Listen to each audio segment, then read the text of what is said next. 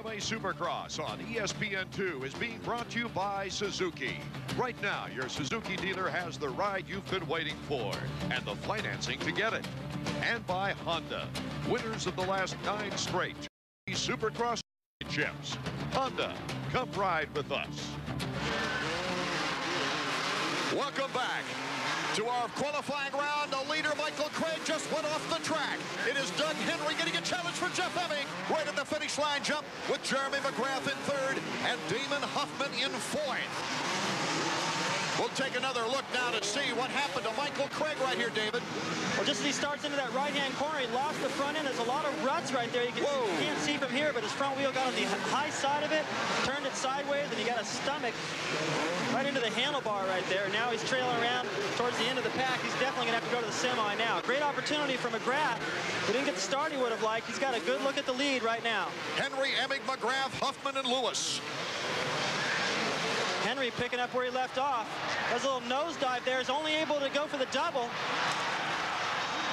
Oh, looks like we might have a pretty good finish on board right here with Emig now picking up the space on Henry with Jeremy McGrath right behind in 3rd. His gate position as important in this one with the configuration we have as adverse to last week. It's definitely going to be important. The better you out of your heat race, the better pick you get to the gate. Heat 1 is always an advantage because they take you from the first heat, then the second. They alternate. So if Jeremy can pick up a spot here or two, he's going to have a great look at the gate for the main event. Boy, Huffman can zip through those whoops, and he does so almost every round we see. Henry now pulling a little lead on Jeff Emig. Jeremy McGrath in 3rd, and Huffman remains in 4th. You see Emig last year 2nd in the points to Jeremy McGrath. Here comes Jeremy up the chute. They go to the para-style jump. We'll see who comes out of that flat track race in front. Emig holding his position. Ward down on the track. McGrath had more of an opportunity to get comfortable with that motorcycle between the round 1 and tonight. He's got a little bit more horsepower out of it. You can see it was a dead even drag race up the para-style, he and Emig. There you see Larry Ward, who came into this race with not full strength behind him after getting the pin taken out of that broken leg and damaged tendons in the ankle. He raced last week on Courage and placed 3rd. But he could have been banged up, it looked like, on that crash. McGrath still able to make a move on Emig. Skip, what kind of a signal do you give Jeremy right now? Right now, you're just trying to pick up some things and look at different lines and learn from these guys. So if you're behind them in the main event, you kind of know what they're going to do, and then you make your pass accordingly. Emig, McGrath, and Huffman. Huffman losing a little bit in the rut to Jeremy McGrath, so it gives him some breathing room. It's going to be interesting. I think later on, as the night goes on, to come into more play as far as riders having difficulty. Sebastian Tortelli, the Frenchman, is in 5th. Yeah, 6th position. He's out of the qualifying picture unless disaster strikes our leaders. These guys are starting to spread out just a little. McGrath lost a little time. Doug Henry, an amazing story, gentlemen. Coming back from a broken back and pioneering surgery to race once again, and now very competitive. He said last week, I am back. He said the same thing to me. He is so excited about this racing season. He feels like he did 2 years ago. It's showing, too. He's already starting to put some distance on Emig. This is what happened in the last round. Emig was up in there, and he just walked away. And the only guy that could go with him was shot. Kyle Lewis is still in 5th, but he's way back now. Here comes Huffman making a challenge on Jeremy McGrath in the whoop section. He does it every time around, and Jeremy picks up space out of the corner. Damon Huffman has an unbelievable ability with his body and those long legs to go through those hoops faster than just about anybody else out there. Jeremy would like to secure this 3rd place. Bobbles in that corner. There's a there. Rains all week long in Los Angeles. He did a job on this track. Oh, going wide, Damon Huffman. The track that built an excellent job. This place was completely underwater Thursday afternoon. Yeah, Lake Los Angeles in that starting area, really. I'm surprised they got it dried out as much as they have, but it has created ruts throughout the day's qualifying action. This is no fluke. Some of my friends calling me after the race last week and going, okay, what happened to everybody because of the way the guys that ended up on the podium, Henry, Ward, Albertine, it was a surprise, but it's no fluke. Henry is doing the same he did last week from the country's best. The 27-year-old out of Oxford, Connecticut, doing another great job as Jeremy McGrath holding off Damon Huffman. Henry making up a lot of his time in the whoop section. Guys are hitting every bump. Henry's timing it through there, jumping 5-5. He's got a great rhythm, and he opens it up every time through there. 2 laps to go for Doug Henry, our leader, as you see Jeremy McGrath in 3rd spot. Jeremy, does he look any different on the track, Skip, in this qualifying he did last week? Yeah, he looks a lot better. Actually, I think the bike is set up a little bit better for Jeremy. They made some changes during the week, and he looks like he's not having any trouble doing his corners, and he looks more comfortable on the motorcycle. Time's going to be the best thing for Jeremy. Well, he had the biggest game face I've ever seen on his face out there in the pits, ready for a good performance here in the 2nd time in a row in Los Angeles Coliseum. You can only kind of imagine the pressure or what the guy was doing. Oh, Damon Huffman takes the big leap over Jeremy McGrath, and it's a fight out for 3rd spot. Getting by the lappers now. Jeremy has to be a little careful. What I think could be happening here, and it's always impossible to tell unless you talk right with the rider after the race, but last week Jeremy's arms pumped up a little bit in the heat race. That's what enabled Lamson to get in there and challenge it and force him into a mistake right with the rider after the race. But last week Jeremy's arms pumped up a little bit in the heat race. That's what enabled Lamson to get in there and challenge it and force him into a mistake. That could be happening here. White flag. This is the final lap. As Henry goes over the start-finish line, he's getting a challenge from Emig. Oh, Emig's had a time in the last. He's got. Jeremy McGrath stumbling a little bit out of the corner in 4th. Oh, what a battle this has been. Our qualifying racing starting this has been phenomenal. Yeah, these guys are going after it right from the beginning. Oh, and last week it was incredible, and here in the first heat, Doug Henry says, hey, last week was no mistake, but he's trying to hold off number 3, Jeff Emig. It looked like something was hanging off the side of Doug's bike there on the right-hand side. It might be some of the reason why he's having a problem where he slowed up there, and those guys were able to catch up to him. If you look at the bikes, Doug's bike by the number plates, he's got an extra piece of plastic riveted on. Jeff Stanton used to do that, so you don't get your feet hung up back in there on the number plates, where the suspension compresses and swing arm comes up, you get stuck in there. So the former 2-time 125 East Supercross champion and a 125 national champion is headed toward the checkered flag right out of this whoop section. You see Henry right there hopping through it. It's a lot easier that way. You don't have to hit all the bumps. The checkered flag for Doug Henry, Jeff Emig, Damon Huffman, and Jeremy will go to the finals. We'll be hearing from our winner when we return. Hi, I'm Gary Cruz. Is it time to start shopping for your new 98 Toyota? Then Reasons that Craig will be going to the semifinal round as he was leading our first qualifying heat, tumbles over the bars, and he'll have to go to the semifinals along with Ward and Dowd. Henry, Emig, Huffman, McGrath will be advancing to the main event, and right now with that phenomenal Doug Henry, I don't know before the season started if many people gave him that much credit coming into this year, but I'll tell you, Doug Henry was not to be denied in that qualifying. Now, Davey Combs. We're with Doug Henry. This is our race winner. Doug, 2 weeks in a row, playing the spoiler in the semi, or rather the heat race, I should say. Yeah, last week, my heat went great, and what can I say? My Yamaha YZ250 is just running great. Pete Steinbrecker's done a great job, and hopefully we go out tonight and win the main. All right, 1 time is a surprise, but this is 2 times in a row. Yeah, that's all right. I just want to make sure everybody knows this year, and I'm ready to race. All right, we'll watch you in the main event. Okay, thanks. Davey Coombs down on the Coliseum floor. Consecutive rounds to open the season here in Los Angeles. And the track for tonight's second round, David Bailey, has a couple of elements I really like better. First of all, the start and then the finish. Well, the start's quite a bit longer. These guys will just be getting into 4th gear. And the first corner is a big sweeper. They're trying to get everyone through there smoother. And the other thing I really like best about the track is you get a good run at the whoop sections, and just at the end is the finish line. So we may see some excitement there at the last lap. There you see the lineup now for our second qualifying heat. The winner of last week, Greg Albertine, number 4th, Mike LaRocco. Mike LaRocco right there on the Suzuki number 5, along with Albertine, Lusk, Button, Bradshaw, Lamson, Hughes, Brown, Mike Kudrowski. Jeff Matasevich is trying to qualify before he goes back to Japan. There's Albertine waiting to put his goggles on until the end. These guys like to get fresh air. 30-second board is up, and we're almost set to go for our second qualifying heat. It's Mike Kudrowski on the near side gate. That could be a good place if he gets a good jump out of there. He'll control the inside of the first corner, but if he gets squeezed out, he's going to have to put on the brakes, and he'll be at least mid-pack. There you get a good look at Hughes, just to the inside of Albertine. Hughes has been getting pretty good starts lately. This week he's a lot healthier than he was last week. Michael Brown right next to them before he goes to Europe to race a complete season there in the 125s. Okay, number 8. You see him, Albertine, along with Lusk going wide. Lamson is in the middle, but it is Albertine with the whole shot. Bradshaw and Hughes are down. And it doesn't look like Hughes is going to have an easy time of it getting back to the semifinal round. Looks like he might have gone down so hard he hurt himself. Gets back on the bike. I'd head right for the pits right now. But that's not the composure and the composition of Hughes' personality. No, that's not the style of Ryan. And again, out front, Albertine, just like Henry, wanting to prove to everyone, last week was no fluke.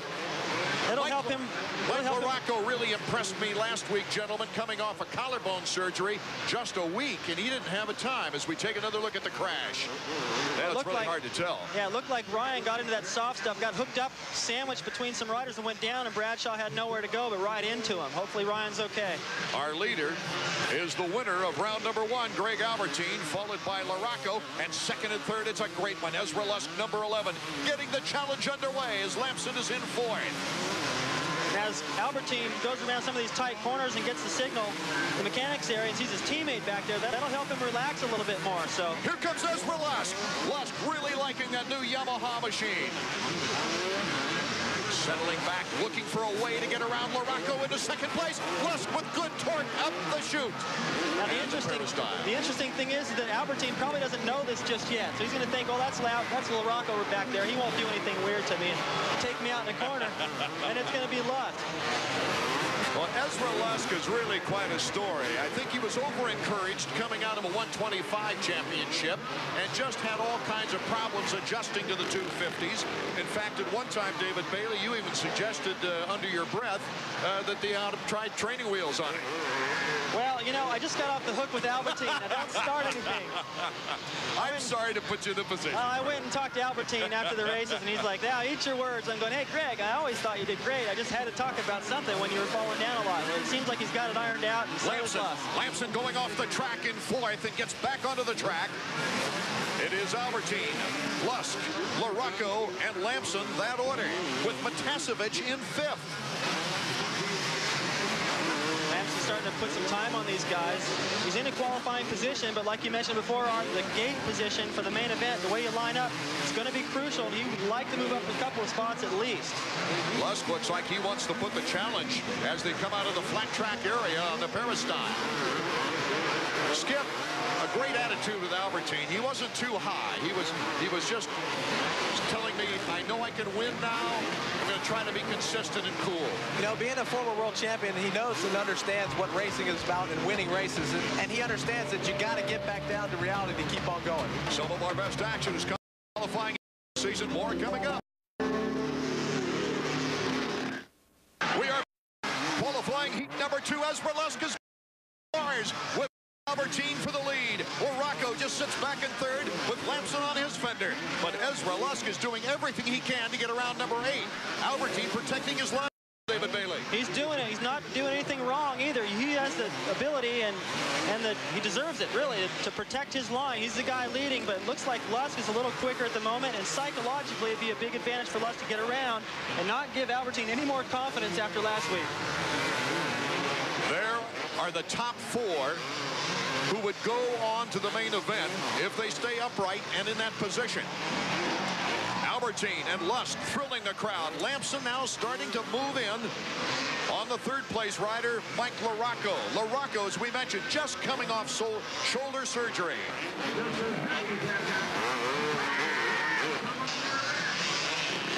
All these jumps now are starting to get a lot of ruts in them. You can see guys fishtailing around. Here we go. Ezra Lusk has taken the lead. Look at the way he gets to that whoop section. He jumps in and then gasses it, grabs a handful of throttle, jumps about 5 more. That's what Wyndham was doing in the 125 class a little bit earlier. A steady 5th place performance in the first round. Ezra Lusk is going for the guns. LaRocco and Lamson battling for third. Lammy taking to the inside. LaRocco holding on. Lamson trying something different. Yeah, going wide on that peristyle. That doesn't look like it'd be too easy to do with the flat track style of dirt up there. Well, you can go out there and use it, go out wide and use some of that soft dirt, a little bank berm out there and take a chance. He's not going to pass LaRocco if he follows him, so why not go out there and hope LaRocco makes a mistake, take advantage of it. LaRocco riding steady in third place on that Suzuki as Lamson, the lone Honda rider in the 250s, holds on to the final qualifying spot. Do you think there's undue pressure on Lamson, self-imposed maybe, because he is the lone rider, Skip? Well, you can only imagine there is that. You know, you have the weight of the whole Supercross series on one guy's shoulders. That's a lot of weight to have on one person's shoulders. LaRocco goes off the course in a battle for third with Albertine. He missed the finish line jump.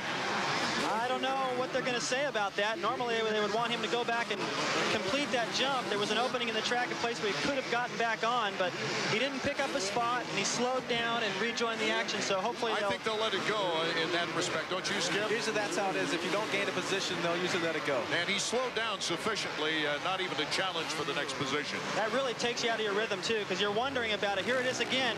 He got a little off balance, went to the right. If he'd have been could have been hay bale there, he probably would have crashed. Went right through the opening.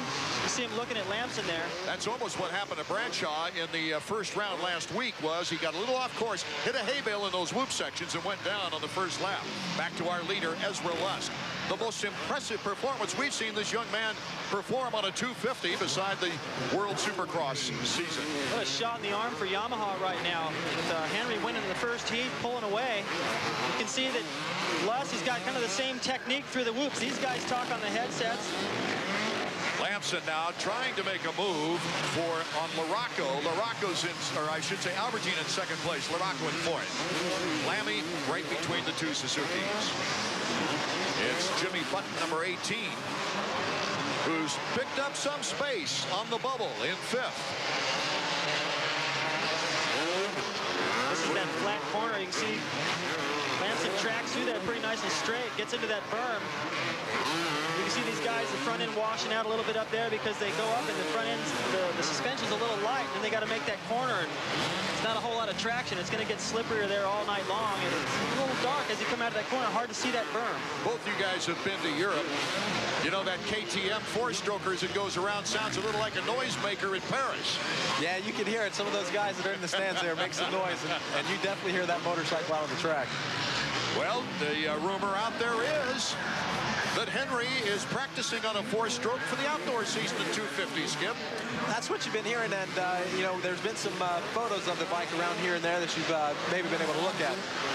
White flag lap, final lap for Ezra Lusk in the battle with Lamson, now tightening things up with Albertine for second place. Number 8 is Greg Albertine. Number 4 on the Honda is Steve Lamson. You can see how much Lamson, how much time he made up through the whoop section. And if that's going to be right before the finish, if he's close enough to Albertine on that last lap, he may be able to make that pass. You know, something else too is that flat track turn up there at the top of the peristyle is really hard and dry. It's a little different than the rest of the track, and sometimes if you're not careful and not thinking about that corner, it can catch you off guard. The tires they use out here are more for the soft soil, and to get up there, they don't work as well. So. You know, we've got a close race really for the final transfer spot. Jimmy Button is pulling up on Mike LaRocco. There's LaRocco, Albertine, number 8, and Lamson for second and third. But Button boxes out LaRocco, and they both go down in the corner. So fourth position is still to be determined.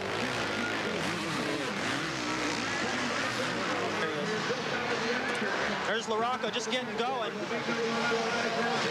I think he's still going to get that flag for Lusk, Albertine, and Lamson, and we will have to wait to see who will finish in the final transfer spot. Coming up, our winner. Here we see the lead change in our second qualifying heat. Ezra Lusk, number 11 from Team Yamaha, getting by last week's winner, Greg Albertine, in our second qualifying. These are the 4 riders advancing to the main event as Mike LaRocco was able to get up after that collision with Button to take the final transfer spot. Let's go to Davey Coombs now, who's with our winner. All right, thanks, Ezra. Like last week, you got 5th place in the heat around in the main event. And tonight you come out really on fire. Does it do anything for your confidence to have passed the winner of last week's race, Greg Albertine? Well, you know, it's a really tough class this year. Everybody's pretty much equal on the track, and it's tough. Great. And I don't know, I just tried to get out there, and I had a few good lines, and I think I just closed in him on those good lines and just tried to pick up the pace more and more, but I didn't really want to make a mistake. But yeah, it gives me quite a bit of confidence. But I knew I could run up there. I was real tight last week, and I just feel a whole lot different now. Okay, you were a very quiet 5th last week. Could tonight be the night for your first 250 main event win? Anything can happen, and I've been working a lot. I've had a lot of support from Yamaha, and it's just, if things are working great, I'm having a lot of fun out there, and I wish I could have got a little crazy on those jumps, but everything's a little rutted, and it's a little tough out there, so you guys got to work with us. All right, well, good luck at the main event, Yogi. Thanks a lot. Guys like Bradshaw, Hughes, Kudrowski, and the Chicken are going to go to the semifinals. We'll be on to the semis in a moment. Stay tuned. You can see him for round 2 of the 97 Supercross season. To the floor of the stadium now with Davey Coombs and tonight's Dunlop Track Fact. Thanks, Art. Last week in the first turn, we had a right-handed first turn. Now, that creates a big problem for the riders because what happens is they come in, they have to take their right foot off the back, off the foot peg, off the brake pedal as well. And what happens there is the riders are not able to brake for each other. We saw Jeremy McGrath get the whole shot coming off the start, and then he got piled up in the first turn. Now, this week, the promoters changed it around. They went with a left-handed first turn, which the riders like a lot more. There's still a point of contact down there, but there's one problem to remember. On the inside of the track, after all this rain they had all week, the first turn is very tacky. There might be some points of contact here as well. We'll just have to see what happens. If they can get through this part okay, the pileups will be down there. Thanks, guys. Okay, Davey. Well, it's like a decreasing radius. They're trying to slow everybody down. There you get space between the knobs. That's what everyone's using to hook up on this tacky soil. But because the starting line's a lot longer, they're getting just into 4th gear. Then they hit that tacky stuff, and that may be what happened to Hughes, and then Bradshaw got into him. Okay, the top 5 riders now will advance from the semifinal rounds to the main event. And our first semifinal round features Sebastian Tortelli, the young Frenchman, who impressed a lot of people in the World Supercross Tour. Americans Kyle Lewis and John Dowd, Phil Lawrence, Michael Craig, Ryan Huffman, John Kalos, Matt Shue, Jeff Head, all trying for a spot in the main event, along with Larry Ward, who crashed. 30-second board is up. Good look at Larry Ward right there. A little fidgeting before the gate drops. You can see the tearaways there. He has them set up to the left. He'll reach up with that clutch hand and pull those off. If he doesn't get a good start, he'll need all of them. Well, it'll be interesting to see how he performs after a very hard crash, Skip. You know, sometimes right now they've had a little bit of break, and the bruises are starting, the muscles are tight, and it may be a little difficult for him to get Ward back up and go. Okay, with the board sideways, it can drop at any second. Michael Craig, the good start with Ward coming from the outside. Ward going wide, Craig to the inside. Larry Ward came out of there smelling like a rose. He was on the far outside, went all the way around the outside of everyone, stayed clean and out of trouble. Kyle Lewis is currently in 2nd place. The young lad out of Las Vegas, Nevada, who is racing a few races here in America before in April he will be going to Japan. That's deja vu for Mike Craig. He's got the lead again. I think he'll be a little more careful this time in some of those sections with all the ruts. That's what cost him in the heat. Okay, it's Michael Craig, Kyle Lewis, Larry Ward, Sebastian Tortelli starting to put some pressure on Ward. And then after him, it is Phil Lawrence. Top 5 going to the main event out of this one. They certainly don't want to have to going to the last chance qualifier. Whoa, Michael Craig really raised up the wheelie that time. Going into that corner where Craig crashed in the heat, Larry Ward swapped around a little bit. John Dowd's at the tail of this pack, just out of a qualifying position, so he's got to get on the stick. Things are really tightening up, aren't they? Because Dowd is in 6th position, putting the heat on the bubble man, Phil Lawrence. Michael Craig into the triple. That's one place you don't want to be is the last chance, because there's a lot of pressure on you. Well, look at what happened to Kudrowski last week. Anything happens in the last chance, you're out of the main. These guys want to be in the top 5. And you can't make money unless you make the main event. It makes for an expensive weekend. Yes, it does. Tortelli in 4th. Tortelli and Lawrence. Lawrence been riding with a thumb that not sure what he did to it, but a couple of weeks ago he came up short on one of the jumps and jammed it. He's out there riding, doing the best he can, but it's really tough for him to hang on to the handlebar, and I'm pretty sure it's his left hand, so that means he's got to reach with a couple of fingers and grab the clutch. His thumb's got to do a lot of work. It's coming right down to these two guys right here. John Dowd down with a good move on Phil Lawrence. 5 more riders will make the main when this semi concludes. We'll be back. Tortelli, the young Frenchman at number 103, is getting quite a lesson from the Americans. He's right behind John Dowd. Dowd is in 4th position, so Tortelli would qualify if he can hold off number 12, Phil Lawrence. Lawrence is right behind Tortelli, as you see him right there coming into the picture, number 12. He's hanging tough too. I just was talking about the fact that he's out there riding in pain. He didn't break his thumb. He didn't dislocate. He just tore all the tendons in there. It's really sore. He has tore it all the taped up. tendons. Yeah, it's still very and you painful. know more than anyone, it can be more painful, really, torn tendons than a break. Just the vibration on the handlebars is enough to make you cringe, and he's out there doing the best he can, trying to get his way into the main event. Looks like he might have to go to the last chance qualifier because he's starting to drop behind just a little bit now. Michael Craig out of Lakeside, California, 27 years old, has the big lead. Kyle Lewis in 2nd with Larry Ward in 3rd. There's Michael Craig, our leader. He was leading the qualifying heat. You might remember when he went head over heels in the corner to give up the lead and have to go to the semifinal round. You really got to hand it to Craig, too. He's had some great highlight reel type crashes, but he gives it everything he's got. Every time he goes out there, he's giving it 100%. Yeah, who can forget back in 1994? I know you can't, Skip, when Michael Craig said, yeah, Jeremy McGrath is beatable, and you went out and beat him in Tampa.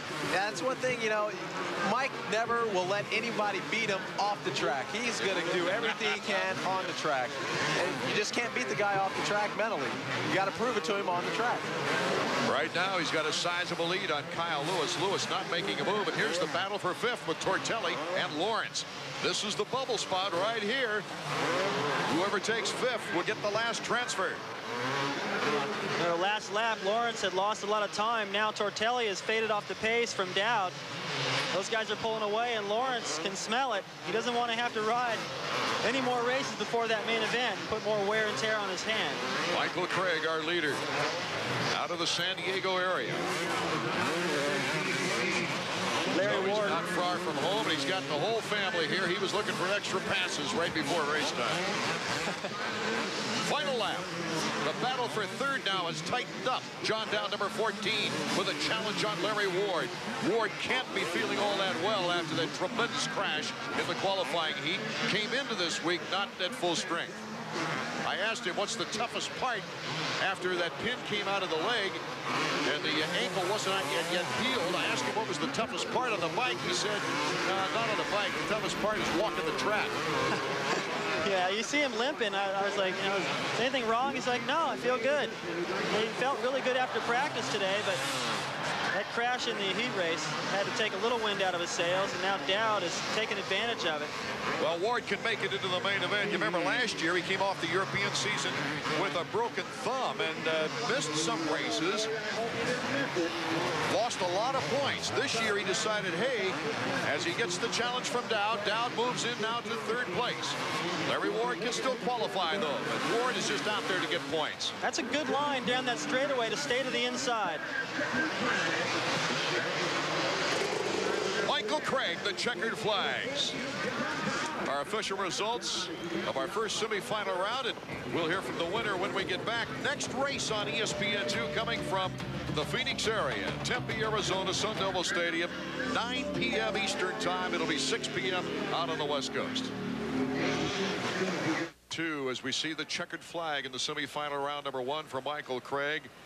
That's no dishonor, let me tell you. The winner in the first round came out of the semifinals winning. That was Greg Albertine. As these 5 riders now going to the main event. Phil Lawrence has to go to that last chance qualifier. Let's hear the words from the winner with Davey Coombs. All right, thanks, gentlemen. Mike, you threw it away in the heat race when you were winning. No problems that time.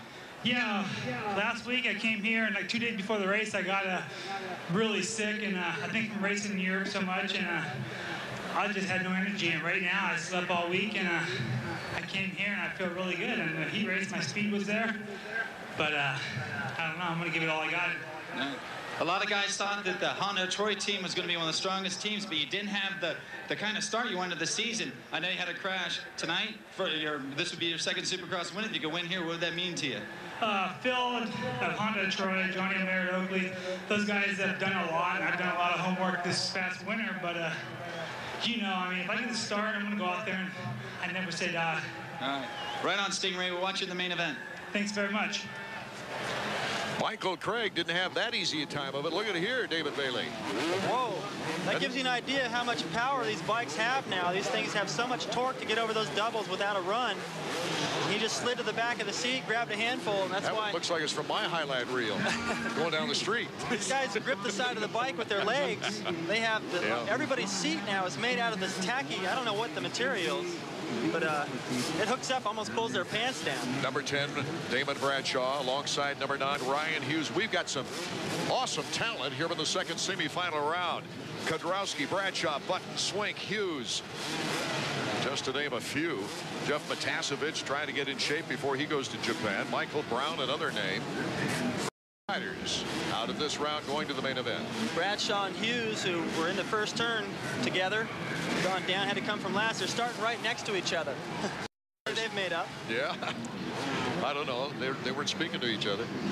I don't think there was anybody's fault. Just bad place, wrong time. Damon Bradshaw, you can tell it when you talk to him. He's a different person right now. He's having fun racing. He's having fun in life. He and his new bride moving to Idaho. You know, and he really loves that Manchester Honda hookup, Skip. He's really happy with that new team in Manchester Honda. He's really low pressure, just having fun. Here we go. Number 21, Michael Brown, going wide. See the tail of the pack, number 10 there, Bradshaw got a terrible start again. And in second place, looked like Billy Binkley. No, it's Michael Chamberlain. Michael Chamberlain. And now Mike Brown out front. Coming off the Peristyle.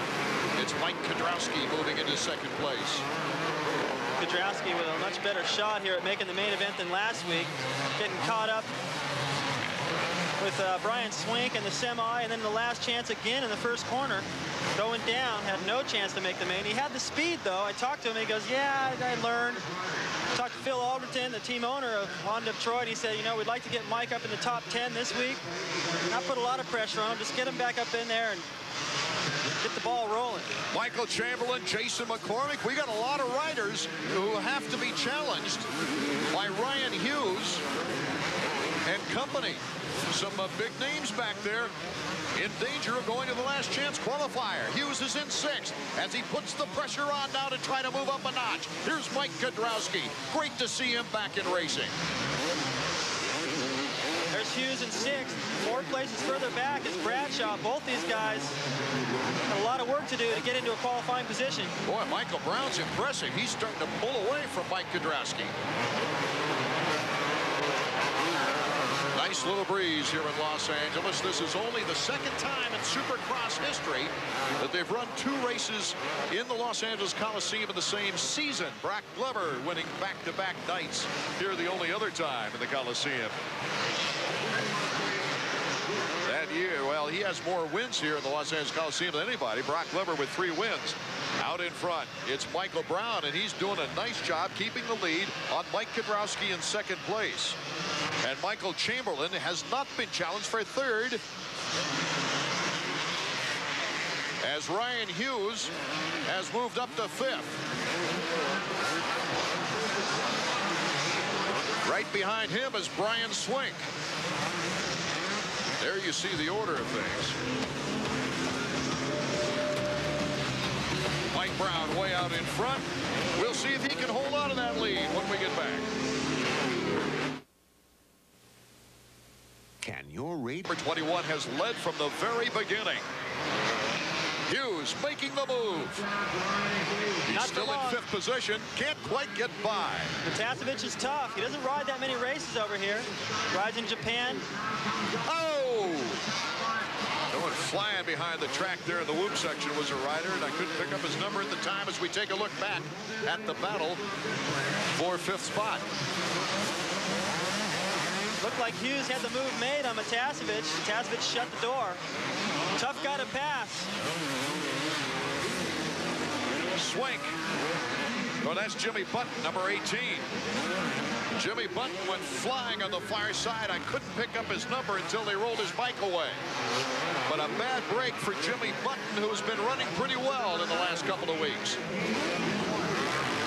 This has got to be frustrating for Hughes. He's got to think that he's faster than a little bit more experienced in Supercross, since he does it all the time than Matasevich, but Chicken's riding good here. I don't know. Ryan Hughes last week had that food poisoning, lost all his strength, had a bad crash earlier.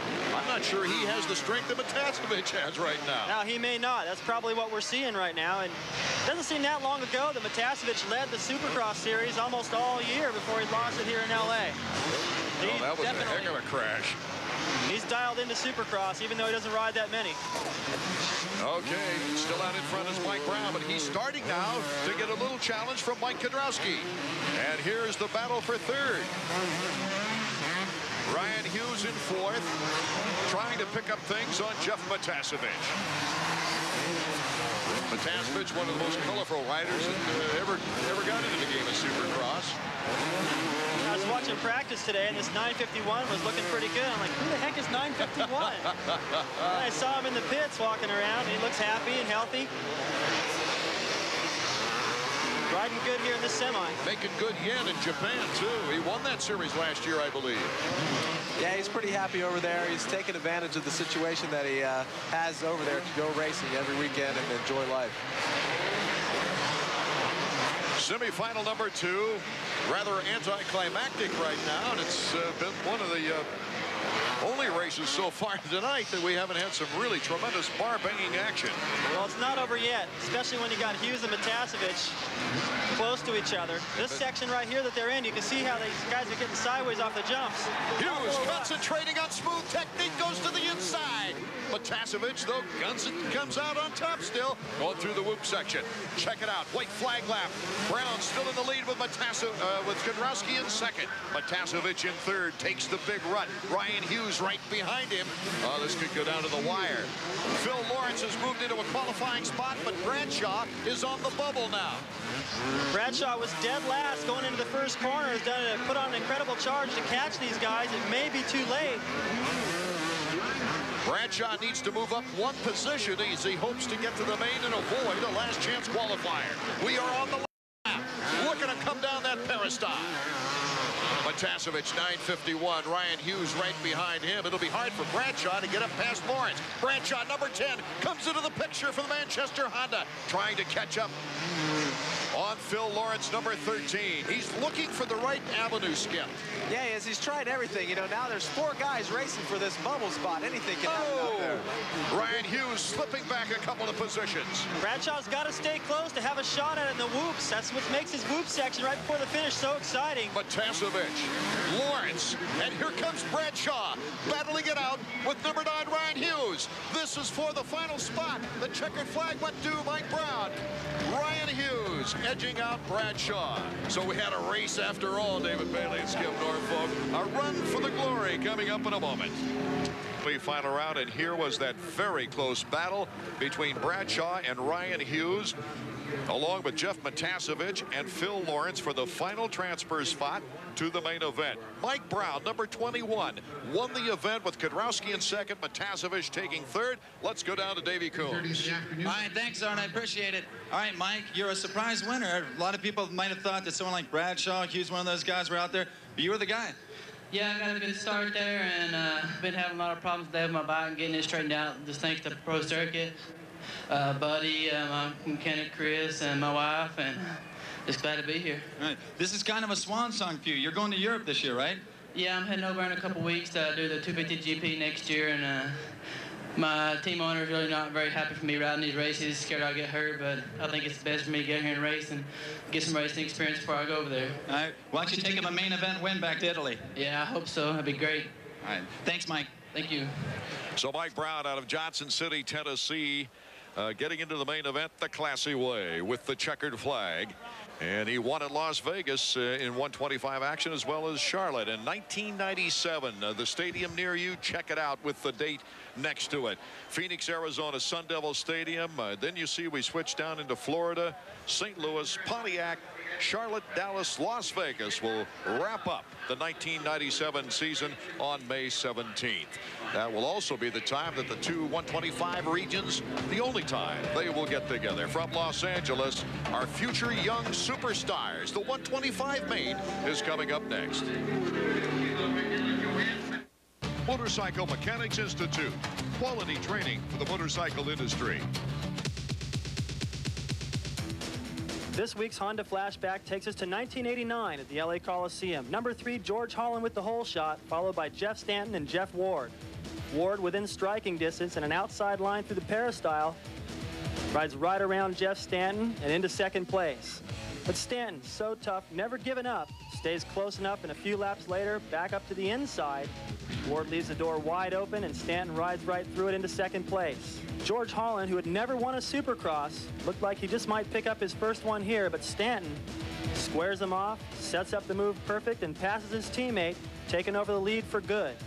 Stanton, who'd already wrapped up the title in 1989 in Oklahoma, put the icing on the cake with the win here at the LA Coliseum.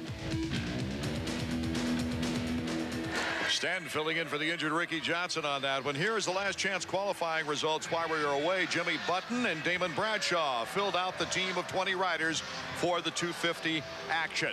Kevin Windham, dominating winner in round 1 of the 125s, but tonight, due to the new rule, he'll have even more competition on the track.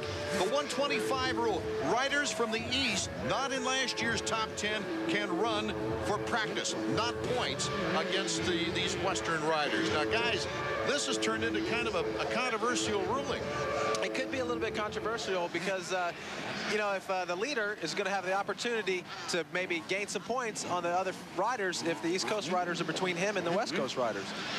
Let's go to Davey Coombs and see what that situation is causing now down in the starting gate. Davey. All right, thanks, guys. There's a lot of stuff going down here. The situation, of course, is that the two East Coast riders, Ricky Carmichael and David Pingree, did very well in their heat races. Now, the two West Coast guys, the regular guys who this race counts for, they didn't do so good. Now, you get to pick your starting gate according to position. The word is the pro circuit's going to pull a swap. They're going to have the East Coast guys, after they've already got their gates established, move over here to the outside and then put the regular guys on the inside.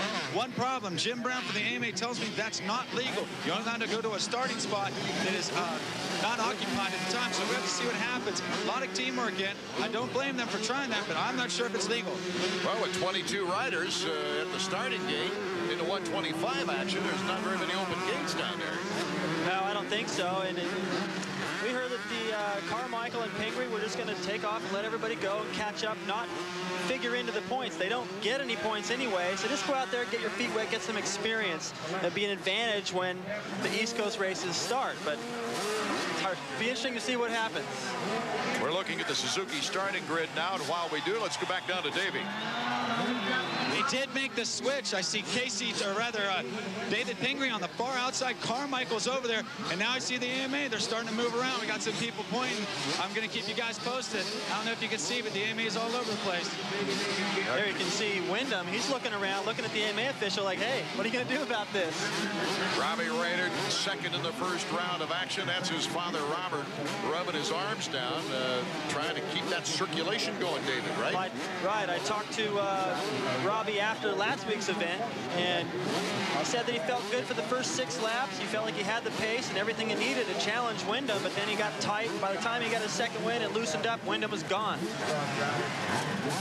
Trying to do all he for can. a moment there, Davey Pingree. I'm just, the intent of that 125 rule was to give those out of the top 10 more practice time, get them more experience, but I think it's going to backfire on them.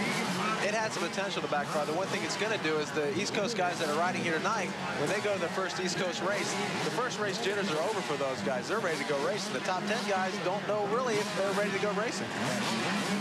Let's go back to Davey Coombs and an update. Again, these guys are on the outside. The Pro Circuit guys did tell me that no matter what, okay, I see they're making a change. Now Carmichael's pulling out. They're getting ready to move David Pingree as well. We can see him down here. The AMA put a stop to it. Okay. Now, no matter what, Chad Watts, who is Ricky Carmichael's mechanic, has told me that they will hold back. They're not allowed to charge him, get to the triple jump. So the Pro Circuit double switch didn't work, guys. Well, so we go back to the pre-race rumors that the two guys from the East will hold back and let everybody take off and then see how many riders they can pass for the experience and the fun of it. And I think that's a great way to take advantage of a rule that I don't necessarily agree with. And you know, this is really, I mean, imagine you're already nervous on the starting line. There's plenty to think about. These guys don't know where they're supposed to start. They're switching back and forth. Looks like the football is lined up. Those guys don't know where they're supposed to stand. Who's going to take the ball? It'll be interesting to see Stefan Roncada of Honda of Troy, who's a 125 East rider. Number 125 is Dave Villeman, but Roncada, number 112, is going to go for it. And yet he has no points to gain. He can't earn some bread. There's Decker. What a story. We chronicled his story last week. Coming back from the broken back. And to be so competitive like he is. There you see the 30-second board. When it goes sideways, that means they've got 5 and 10 seconds before that gate will come down.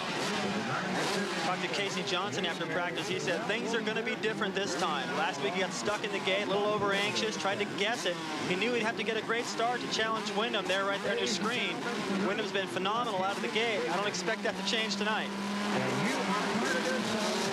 We're set, ready to go for the 125 main event from the Los Angeles Coliseum. Windham gets out of the gate pretty good, but on the inside they get sandwiched, and flying through the air is David Pingree. Pingree messed up. Going way across the track is also Casey Johnson. Windham almost got caught up in that, did an incredible job to save it. What a pileup.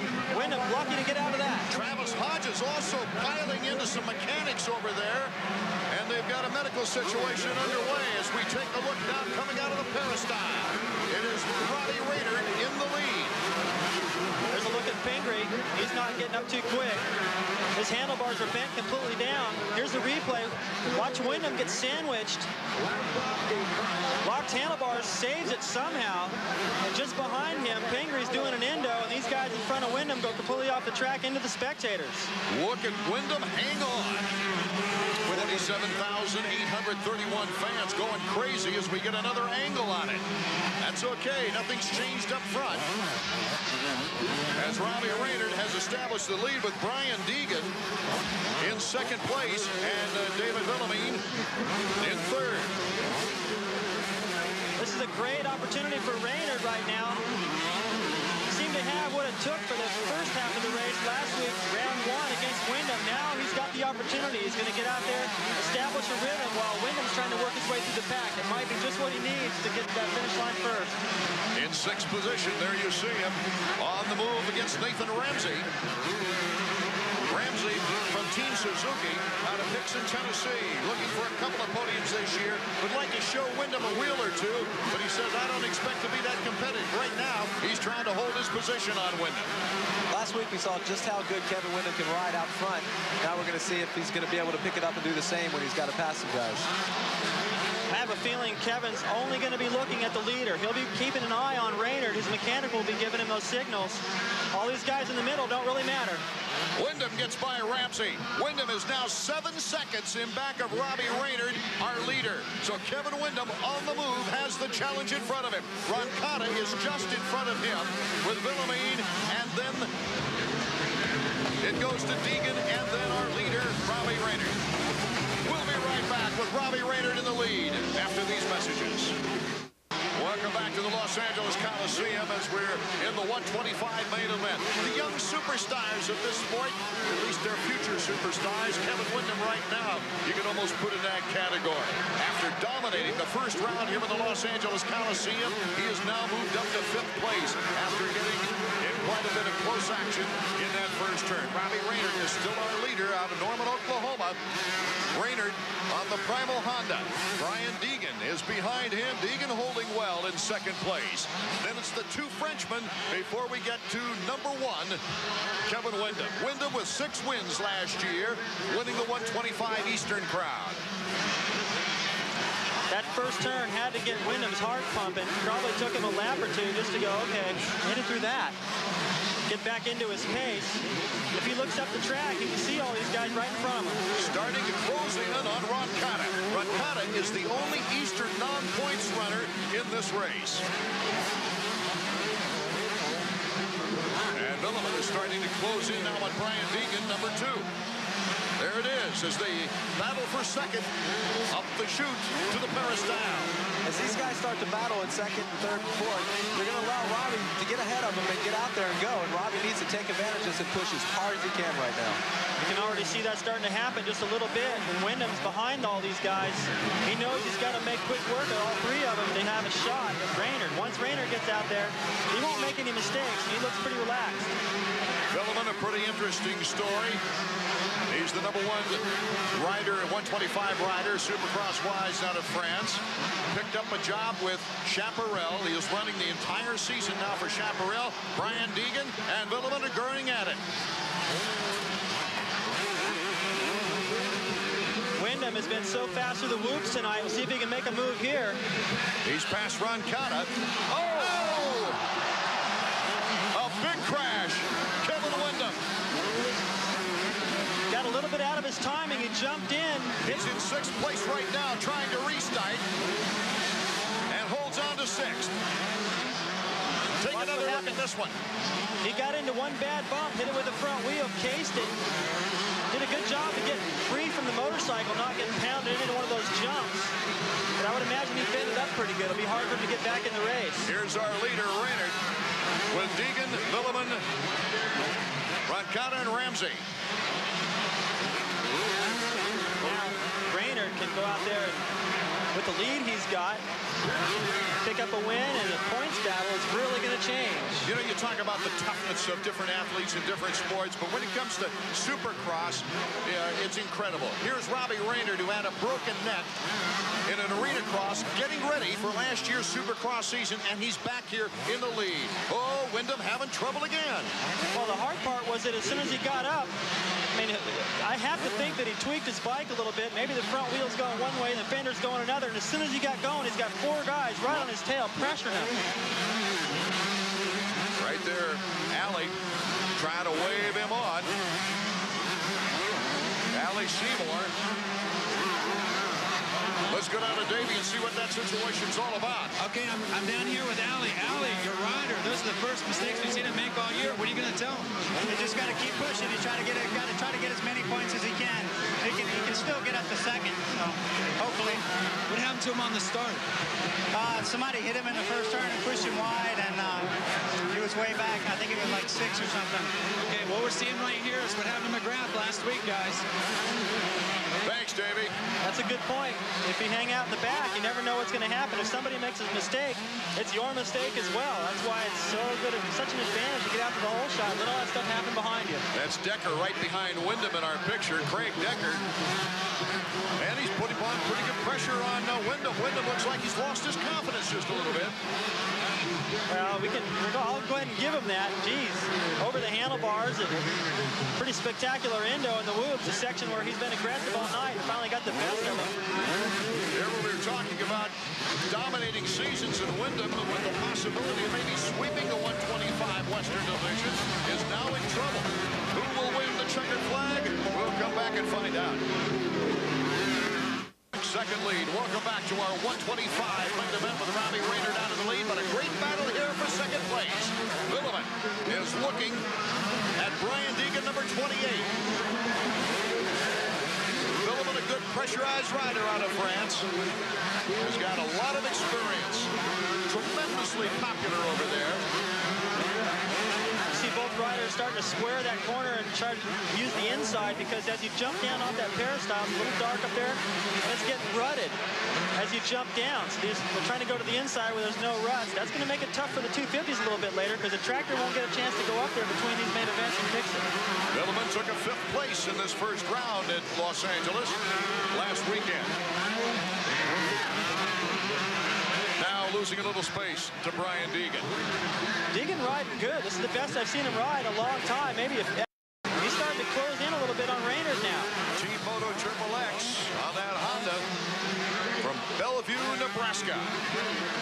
Raynard just came through the mechanics area and had to see that on the board. I'm sure they let him know that they were gaining a little bit and see if he can open it back up. As we said last week, Raynard says, hey, I got no expectations this year, but after tonight, with Tom Wallace as wrencher, they're going to have more expectations with a second and a possible win here tonight. You know, he has the opportunity to leave here if things stay the way they are at the points lead, and that's one thing that he hasn't been in that position in a long time.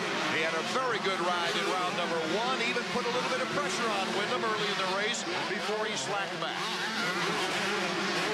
He's got to be real happy with himself right now. He's riding good. He's out front. Those guys are closing a little bit, but he's probably keeping the close tabs on him, just looking at him throughout the race on the track. And, of course, you as a mechanic, Skip, you'd keep him posted, right? Yeah, the main thing right now, if I was telling, Robbie anything, I'd say, hey, Wyndham's way back. Stay relaxed and ride your own race. Taking a look at the Honda stopwatch now to see if we can check an interval. Looks like about a 3.5-second lead, so they have picked up a bit. And we'll check out the field and lap time. Ramsey and Rancata in a battle for point.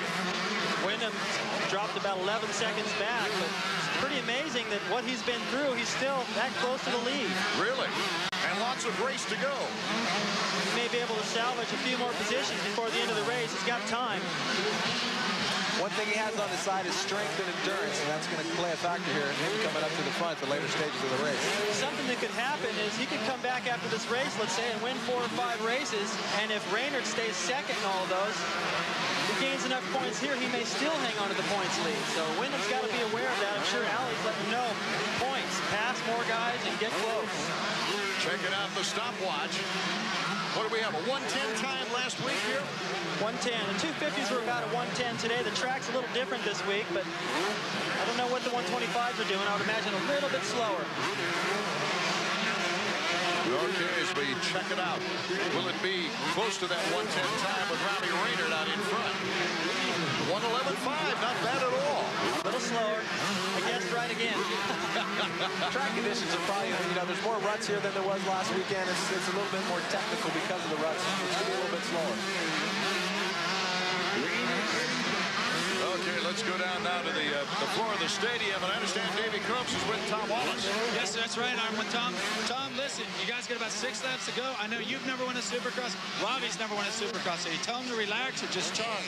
He's just got to go for this. He's getting arm pumped real bad, like out testing and racing, so he just needs to dig really deep and go for it. So we're telling him to attack, hang in there, and try and get this one. All right, we'll see how your strategy works out, Tom.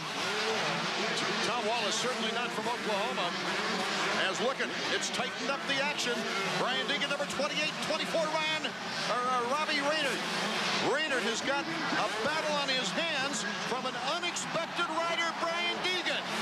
Whoa, what an upset of events right here for Deegan. Raynard, though, hanging in. Raynard almost got him back there on the inside. He probably could have overshot that berm a little bit and taken Deegan out, but why get ugly right here? He's still got a shot at the lead. Maybe they both could have gone down. His mechanic said his arm's been pumping up. I got to think that's what's happening to him now, because he's faster than what he's showing us right now. 125 is Villamy. And he's hanging up there close to Robbie Raynard, looking for a possible pass into second place. And the amazing thing is, not very far behind these guys, and may start popping into view, is Wyndham. These top 3 guys racing incredible. Right now. Yeah, these top 3 guys racing so tightly is slowing them down a little bit and allowing those guys from behind to pull right up on them. Once Wyndham can see these guys, I think that's going to give him inspiration, and he'll pull out all the stops. He's got Ramsey in front of him, and there you see Milliman making the move on Robbie Raynard. So Raynard now moving back to third. It's obvious that he's having some pump problems. That's the worst feeling in the world as a rider. If anybody's ever ever done one of those little hand squeezer tools or to try to get in shape when your arms pump up like that, you can't use the throttle, you can't use the clutch, you can't pick your line, everything just goes south. And right now, not far behind is Wyndham. But right now, the spotlight is on Brian Deegan, and he looks inspired. He's starting to pull a lead on the second-place rider, Milliman. Right now, he's just on pure adrenaline. He's leading this Supercross race and having the best time of his life right now, and he's just wanting to hang on and keep it going strong. Kenny Watson, his mechanic's got to be jumping up and down for that new independent team, that's for sure. As we look at Raynard, and here comes Wyndham right on the tail of Ramsey. Little mistake there by Deegan. Mistakes like that are going to be costly. You see Wyndham right there just making the left. He can see those guys now. He's closed probably 2 seconds a lap. There's still time enough for Wyndham to win. That would just be unbelievable. You know, guys, this kind of reminds me about the time that Jeremy McGrath was so dominant in 250s and all of a sudden didn't get a very good start. Skip hadn't come up through the field and win it that way. You find out a lot about your rider, about how big his heart is and how good his determination is in a situation like this. Here is the battle. Robbie Raynard's not going to win this one as Ramsey slips into fourth. Wyndham having problems right behind him. He can pass two of them at one time, maybe, if he gets the right angle. Here's our leader, Brian Deegan. Villeman, number 125. Ramsey, 38. Raynard, 24. And Kevin Wyndham. What a battle. Wyndham almost off the racetrack. Here he goes into the whoop section. This is where he had all his problems. Now he's taking the far right. Here comes Kevin Wyndham. He'll have to take the outside track. White flag lap coming up. Can he get by him? Yes. No. Bar to bar with Raynard. Oh, what a battle. He comes off the corner in the lead of Raynard and has Ramsey in front of him. Unbelievable charge. We saw Rick Johnson do this one year here. Went down in the first corner. Had to catch Guy Cooper before the end. Got him right at the end and still won the race. It's possible. Wyndham is showing us. And for those Ricky Carmichael fans, the young 17-year-old is way back about mid-pack. Little bobble there by Wyndham.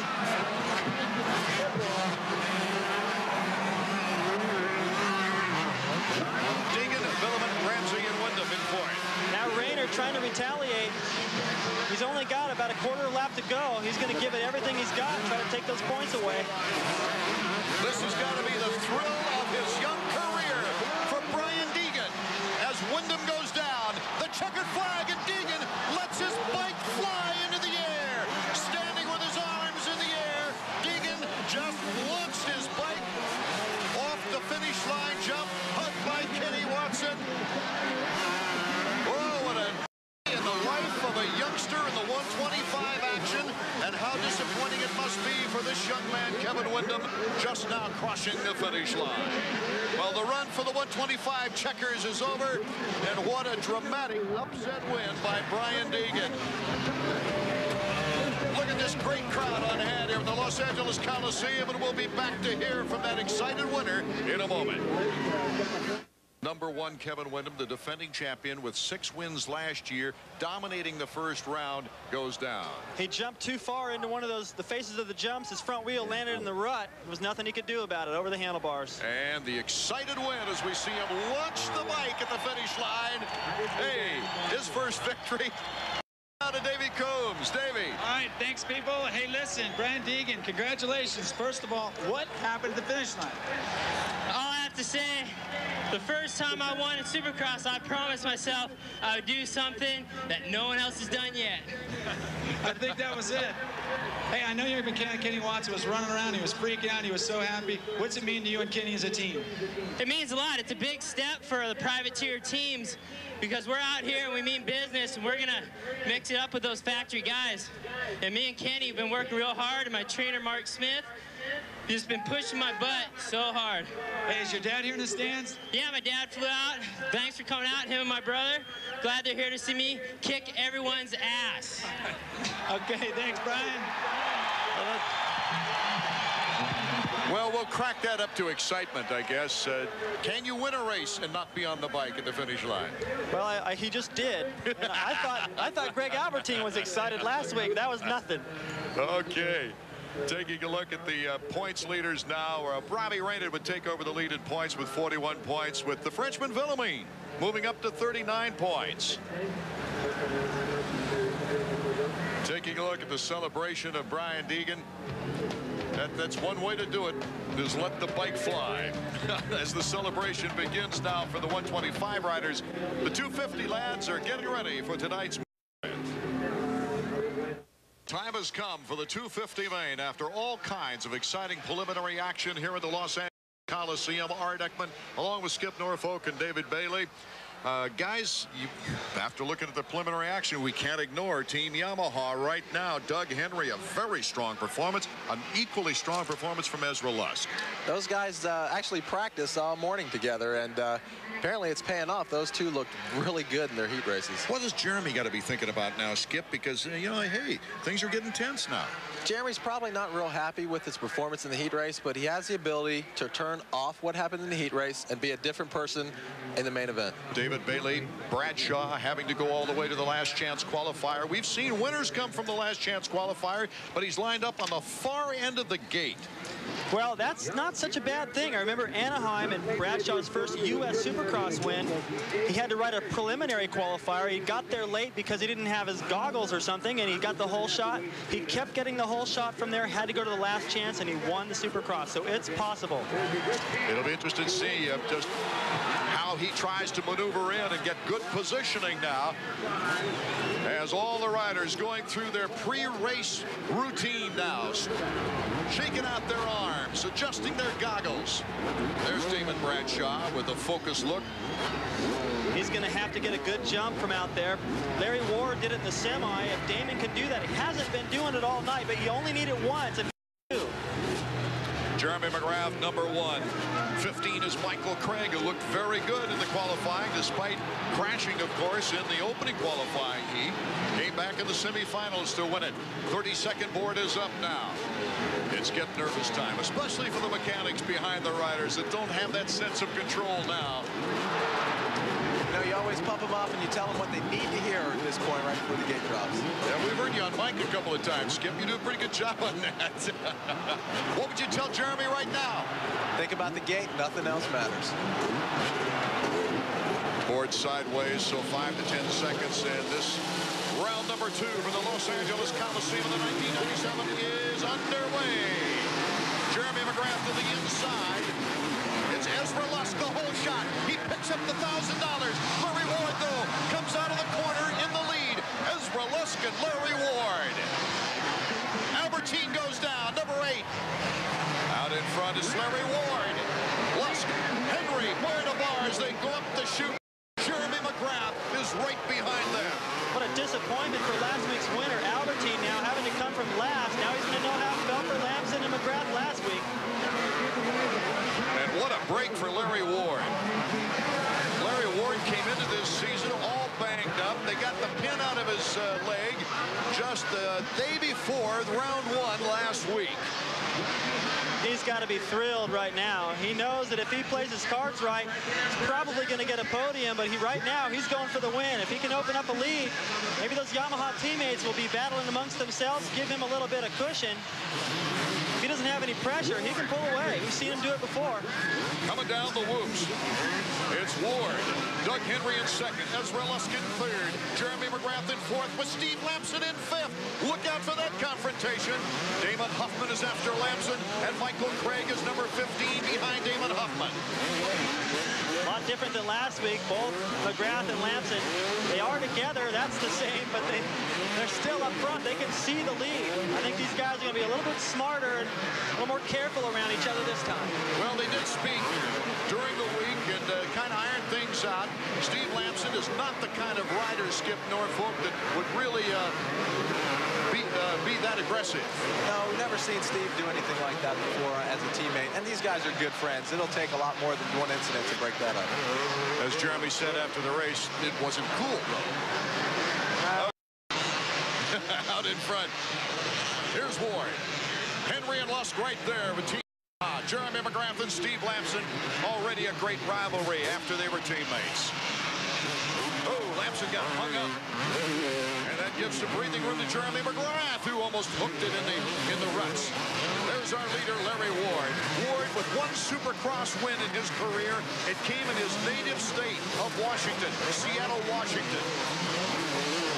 He's top four, really starting to pull away. McGrath's got a little distance there. You see him go by on that awesome shot over the triple. Past a little distance on Lamson now. He's trying to stay hooked up with the front three guys. Henry around his teammate appears to be maybe the fastest guy on the racetrack right now. Really mad at himself last week for not having the fitness due to the flu to go up there and challenge Albertine. And he wants to redeem himself. Not that he needs to, but he wants to redeem himself with a win here tonight. Well, he doesn't want Ward to get too far out in front, too. Ward was starting to pull a little lead while he was battling Lusk, his teammates, over spread out. Henry on the move, trying to catch Larry Ward. Ward's best finish last year was a second in Charlotte. In 1995, he ended up as an independent team rider, second in points. That's the highest ever. Here comes Henry. Ward trying to hold on. Ward's got the inside track as they go into the rutted area by the mechanics. And Larry Ward somehow held on to the lead. Can he do it through the whoops? Doug Henry just doesn't have the angle.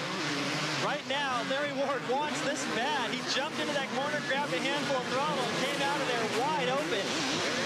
He's aggressive. He's not going to let this get away from him. Later in the race, though, we've seen Larry get tired, and you gotta give it to him. He's had his foot in a cast, so he hasn't had time to train. But Skip, it looks like Larry Ward's taking a beating too on those jumps. Well, you know, he can't. His legs and ankles aren't strong. He's going to have to use the rest of his body to make up for it. It could take its toll. Adrenaline right here might be able to make up for it. Henry to the inside, gets by Larry Ward cleanly. So it's Doug Henry, our leader, after a second place here with the Los Angeles Coliseum last week. Henry, Ward with Lusk on the move, and Jeremy McGrath in fourth with Lamson a distant fifth. Jeremy's still about the same distance back from the leader now that it's Henry. Here comes Lusk. Blowing by the Honda of Troy Ryder, who comes right back in the same area he came back against the leader, Henry. Yamaha. Can't hang on this time. The Yamaha guys got that section dialed in. They followed each other all around in practice today, sharing each other's lines. Really seems to be paying off right now. Jeremy's still within distance. You got to think he's one of the guys that can get up and challenge the leaders. Ward looks back. Look to see where McGrath is. As Jeremy McGrath is gunning for his first podium of the year. Has a little trick right there before going up the chute to the peristyle, giving Ward a break. And the one thing that Jeremy has over his favor than anything else. Emmy just getting back up on his bike. Go ahead, Skip. Yeah, the one thing Jeremy has in his favor is the guys that have to look behind and see that #1 plate get a little nervous. Jeremy doesn't have that to worry about. He is the guy making them nervous. Well, I think it's just more of a physical thing right now. Larry Ward just hoping that a good smooth ride will help him place in the top 10. McGrath now bar to bar. He's got the inside move as they go into the corner. Jeremy McGrath moves into third. He's got Team Yamaha in front of him. Lamson now moving up close to Larry Ward. Well, Jeremy's got two of the fastest guys tonight out in front of him. It's going to be interesting to see how his speed is right now. Doug Henry, just a phenomenal story. Can you believe the rehabilitation that he had to go through? Here's Lamson, Team Honda, number 4, coming up on the Honda of Troy of Larry Ward. Just behind Lamson, Huffman, you'll see peek into the screen. He's starting to make up some time, hook up with his front group. He's still got his sights. He can see up to McGrath. Not out of the picture. 4 seconds back, Jeremy McGrath is in back of Doug Henry. See a little fin on top of Jeremy's helmet. He and Henry both have them. It's a Troy Lee concoction. Just a little something to jazz up this Supercross. Looks like the Rocketeer. Wyatt Seals, the new mechanic for Jeremy McGrath, putting down on the board. Skip, what do you think he's telling him? Well, he's got to tell him, you know, there's plenty of time left in the race. Watch these guys and just get close and draw to them and maybe wait for them to make a mistake. Doug Henry running pretty smooth out in front as we take a look at Jeremy McGrath currently in third place. Really, there's no close action in the top 5. Each lap, Jeremy starts to get a little bit smoother and a little bit faster through that whoop section. drawing just a little bit closer to Lusk now. Those ruts in the corners are starting to get deep. Look at that one. The bike gets buried. Look at him getting bounced around in there. Yeah, these ruts are going to play a big part in tonight's race. They get deeper every lap. Okay, with Jeremy McGrath trying to make a move on the two Yamaha riders. We'll be right back as the race for the checkers here in round 2 of our Supercross Series continues. Welcome back to the Los Angeles Coliseum. We've got a battle for first place right now. Doug Henry is going to have a hard time holding back Ezra Lusk, number 11. Jeremy McGrath alone in 3rd. Lamson now in 4th as we're rejoined. Huffman is in 5th. Ward in 6th. Both Henry and Lusk winning their heats. About the same elapsed times. These guys are really close in pace. Starting to close up, and McGrath's right there within striking distance. Actually lost a little bit of time in the peristyle that lap. Well, both these riders just turning in tremendous performances here early in the season. Ezra Lusk, the 1994 125 champion, trying to follow another two-time 125 champion from the East Coast, Doug Henry. You see in our summary that Lamson and Huffman have both got around Larry Ward. There goes Button. Larry Ward really starting to fade now. He's not going to like this when this is over. Well, and he probably can't help it either. I mean, he can't really blame himself when he came into these two positions, these 2 rounds, just trying to hold on to some points. And really, I don't think expected to be this competitive. Here's Henry and Lusk. Jeremy McGrath trying to pick up. But I'll tell you, these Yamaha guys are, even though they've got a battle going on, they're starting to pull a bigger lead on Jeremy, Skip. Yeah, Jeremy makes some mistakes on this side of the track, and he's a little bit more aggressive on the far side of the track. He's going to have to fix that if he wants any chance of winning. Well, that's where we're headed. This is where Jeremy starts to pick up some time, which is a good thing. 5 seconds down to Henry, David.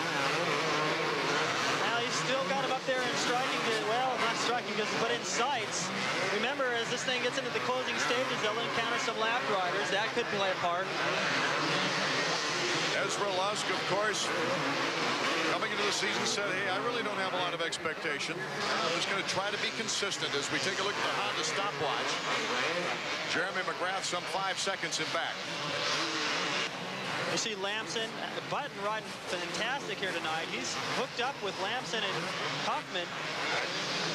One of his better rides. There you see Craig, Kodrowski 100, and then a big gap. Lamson and Huffman, 4th and 5th. Skip, at this point in the race, Jeremy seems to be losing just a little bit of time. You think he would be happy with the podium after the way last week went? No, Jeremy would never be happy with the podium. He wants to win and win only. It would be a nice step up, though. Yes, you know, it would be a nice step, but these guys, all they want to do is win. Specifically, Skip, what have they done to the Suzuki bike now? Because it looks like it's run better this week than last week. It looks like they made some changes to the suspension mostly, and they added some power. They found some more power this week. More power is always good. Okay, Henry now pulling away from Ezra Lusk. Look at the lap times. We'll check it out. Wow. 109.8. That sizzles. Unbelievable. Jimmy Button. Button riding fantastic. Looked like he had the pass. Oh, Button goes flying through the air in his battle with Damon Huffman. That is a tricky section over there. It's the same thing that happened to Wynn in the same exact place. All the ruts in the faces really giving these riders fits. A hard crash by Jimmy Button. That's too bad. He was riding a fantastic race. Watch his front wheel right into a rut. Stops all of his momentum right over the handlebars. The handlebars went right into his stomach. Yeah, and the bike crushed him as he went over. He got nailed twice. Our leader, number 20, Doug Henry. Henry's had a wonderful career. He's only won 1 Supercross race, and that was in a mud bath in Dallas, Texas, Irvine. Well, given the fact that Albertine went down in the first corner, last week's winner, who beat Henry, way back in the pack. I think he's moved his way up to about 11th, as best we can tell. This will give Henry a big boost in the points battle. Henry is best after coming back from the back injury was a 5th place in Charlotte in '96, and then his 2nd place to open this season. He's now only 2 seconds ahead of Ezra Lusk, and here's the battle for 4th. Huffman and Lamson. Lamson having to ride maybe a little bit more defensive now and protect his line for Huffman. That's allowed Jeremy a lot more space. Lamson, after his confrontation with Jeremy McGrath in the 1st round, ended up in 12th place, while McGrath ended up in 15th. Big turnaround from last weekend. These guys are actually in the race instead of not in it. Big turnaround. Lamson knows what it's like to come from behind. Remember that 125 action with Ryan Hughes. 60 points down early in the 125 Nationals, and he came back to win it in the last moto over Ryan Hughes. Things are closing up for 2nd right now. Lamson's got a little bit more distance on Huffman. Lusk and Jeremy McGrath. McGrath is within a 1.5 seconds, and he's making up time on that far section, Skip. You're exactly right. You know, he's really good in that technical stuff. When the ruts get there, it's more technical, and you saw Ezra kind of get a little bit out of shape in those ruts. It's pretty scary when the ruts get in these tracks. Look at Jeremy's timing through the whoops. He made up all kinds of time right there. Takes the inside rut, and Jeremy get the torque now. Lusk looking back. Not a good sign. Unless you're Jeremy McGrath. Well, if you're McGrath, that's what you want to see. Let's go down to Davey Grooms. Okay, thanks. You guys, I'm down here with Wyatt. Wyatt, you got about 7 laps to go. Just go after Lusk. What are you going to tell him? Well, man, I just hope he's as fired up as I am. I'm just trying to keep him motivated and keep him going smooth. He seems to taste a little blood right now. If I can get him by Lusk, and maybe he can get on Henry before it's over. Hey, the crowd doesn't even know where Henry is. The crowd is narrowed in on this battle for 2nd place. No question about it. Well, you got to wonder what's going to be going through Henry's mind if he turns around and sees that yellow number 1 back there. He may ride a little different. Lusk, more points than I've ever seen him display. Now he's riding fantastic. It looks like they've got a really good relationship. All the guys over at Yamaha getting along great, sharing their lines with each other. That's very unusual for a team when you're... Boy, all the crowd except for those 2 going to the restroom, really intent. Henry, our leader. Here's Ezra Lusk still holding on to 2nd place. Jeremy McGrath just can't rattle him like the old days. It used to be Jeremy would come up on Ezra Lusk, and Ezra just couldn't handle it. Right now, ladies and gentlemen, Lusk loves this Yamaha bike. This is 97, whole new season. Lusk riding with a lot more poise and confidence. He was telling me over in Europe, guys, that he just felt better just getting on it the first time. Change sometimes is good. Lots of rebound, that time on Jeremy McGrath. Jeremy had kind of a neat line right back there. He hopped over the ruts. In the heat race, it looked like to me he got tight. Maybe his arms pumped up, and he wasn't taking very good lines. He was hitting all the holes. Now he's hopping over them all. He's got a great rhythm. The problem is the 2 Yamaha guys are doing the same thing, so it's really tough for him to make up time. The only battle we have now is for 4th. 5 laps to go. Does Jeremy have enough time to catch Ezra Lusk? Here's the battle now for 4th. David Huffman trying to get the edge on Steve Lamson. Here comes Huffman to the inside. Oh, it's a tight space. He backs off, puts on the brakes. Up the chute they go to the peristyle. David Huffman, though, has got some good torque. He's holding with him. Really tough to pass this year. It's not all, they always say the track's tough to pass on, but there's plenty of ruts out here, places to make mistakes and choose different lines, and you should be able to pass, but everyone's riding so good this year. You really just have to keep the pressure on and hope for a mistake or get real aggressive. Jeremy McGrath came down within 1.5 bike lengths of the 2nd place rider Ezra Lusk, but now has dropped back to about 5 or 6. We check out the action with Damon Huffman and Steve Lamson. Well, you know, these 2 guys are getting ready to come up to this hoop section. Probably 2 of the best in this area. Let's see what happens. No matter what happens in this race, we'll have a new points leader going to Phoenix next week. Lamson smooth through there that time. Got a nice rhythm. Huffman hit a few bumps in there he shouldn't have hit. Lost some momentum. These guys have been battling. Jeremy's having some problems. Almost looks like he's got arm pump again. It's kind of hard to say from up here, you know, kind of looking at his elbows is a good decision or a good place to look. This battle right here, if Huffman can stay there, that's just going to wear on Lamson. to have to be worried about a guy behind you. You want to get up there and challenge the three in front of you. At one point, he was pretty close, but they've really dropped off now. I think maybe the pace up front has picked up with Jeremy putting the pressure on him. You know, I got to give credit to Larry Ward, too. He is still in 6th place in this race, even though he's not been competitive with the leaders. Now, with a pin in your ankle, it's pretty tough to train, and I would have expected him to fade a little bit later in the race, but I think he got ready to ride a pace that he was comfortable with, and the pace tonight's a lot faster than it was last week.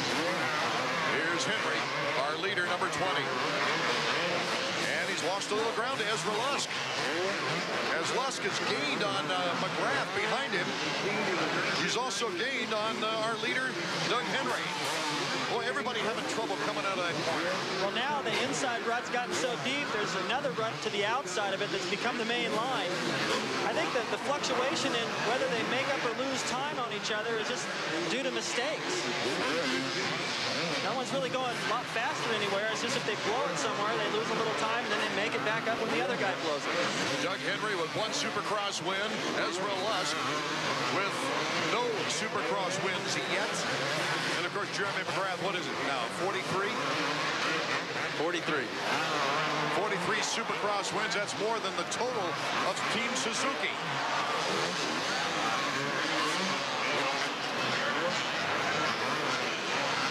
LaRocco and Emig. LaRocco with a slow start. Emig crashed, and they both met each other on the turf. You can see how deep that rut is. I think they're both going for the same thing. Huffman's still keeping the pressure on Lamson. You'd expect Huffman to really get this whoop section dialed in and make up time here, but he hasn't been able to do it. Now he's starting to do the same thing as Lamson, but that's not going to make up any time. Oh, Lamson off the track. Lamson down, and he's not getting up very quickly either. This could be a very bad break, very bad for Team Honda after his poor performance of the first round. Here it is again. Lamson up the finish line jump. Gets cross-rutted. He's not doing that on purpose. He comes up short, right into the hay bales, almost hits the guy there taking photos. And he's in a tough spot. You can't get up from there. He's stuck under the bike. And so Huffman moves up a position into 4th. And we're back with our leader, Henry. It's Henry, Lusk, McGrath, Huffman, and Larry Ward now has moved up to 5th. So a simple ride for points has turned into a gangbusters thing for Larry Ward. Here's number 20, Doug Henry. Number 11, Ezra Lusk. Still playing it cool. He fought off the pressure of Jeremy McGrath, but it looks like he might get some pressure once again from Jeremy. As they go into the whoop section, white flag lap, final lap. What can happen? Jeremy McGrath looked at that white flag as he went by, and they're down pretty much to a 3-way white battle. Anything can happen right now. Doug Henry keeping his cool. Something interesting that you may notice is LaRocco is the next guy that they're going to lap, the teammate of Jeremy McGrath, and you got to wonder if he might make it a little tough for the Yamaha guys. A lot of people were saying, hey, this is such a competitive season. Could we see 7 or 8 different winners throughout the year? Starting off that way, isn't it, David? Absolutely. You got 10 guys potentially that could win this thing. Still anything can happen. Henry, Lusk won both qualifying heats. They are 1-2 as the flashbulbs pop here in the Los Angeles Coliseum. Jeremy McGrath losing some ground now in 3rd. Henry's got just a little bit of lead. You need that. No mistakes, and it should be his. Just going into this hoop section, going pick the right rut. Here comes Lusk. Here comes Lusk. Can he go to the inside on the whoops? Can he get a good line on Henry? Henry looks strong. Doug Henry wins his 2nd Supercross. Ezra Lusk, a very credible 2nd place finish. And Jeremy McGrath is on the podium. We will be back to hear the words from these guys in a moment. AMA Supercross on ESPN2 has been brought to you by Suzuki. Right now, your Suzuki dealer has the ride you've been waiting for and the financing to get it. And by Honda, the winners of the last 9 straight 250 Supercross championships. Honda, come ride with us. Okay, thanks, everybody. I'm here with Doug Henry, a surprise winner. Congratulations. Thanks very much, Davey. I've been waiting for this for a long time, and gosh, it couldn't have happened at a better time. I know the first time you won, it was in Dallas. It was a mud race. This time it's completely legit. It was dry. Everyone was here. You the man. Yeah, that's right. You know, I just wanted to, like I said before, I wanted to come out here and, you know, this year is, I'm hoping, you know, I've been working really hard, and, you know, last year was really tough, and it was a comeback year, and I feel like I'm ready this year, and this just proves that I am. I'd say so. Congratulations, Doug. A young man I never thought would race again. Doug Henry, his second Supercross win. Let's take a look at the end results after this tremendous slow-mo of these two teammates. Lusk, his best finish in Supercross history, a second. McGrath, third. Huffman, Ward, Craig, Tortelli, Albertine, Kudrowski, Lamson, and Dowd is the list that I have unofficially as we take a look at our Suzuki scoreboard. Unbelievable. Well, you can see how this has taken place. How happy those Yamaha guys are. Lusk's best finish. He'd probably like to have won, but to see his teammate out there, those guys are ecstatic. Let's take a look at the point standings now. Henry will move into the points lead with 47 points. Ward hanging on. He had 35 points. Lusk moving up to 38 points. And McGrath now 20 to go with those 6 points that he got in the first round. He still has a little ways to climb, Skip. Yeah, you know, Jeremy, he does have some work ahead of him, but it looks like he's going to be able to work on that bike and get that thing better. I think he learned a lot about his bike this weekend. He certainly did. That's for sure. I'll tell you, these Team Yamaha guys learned a lot about their bike. Okay, Art Ekman for David Bailey, Davey Coombs, and Skip Norfolk. Hope you enjoyed the action while we invite you to join us for round 3 week, Sundell in Tempe, Arizona.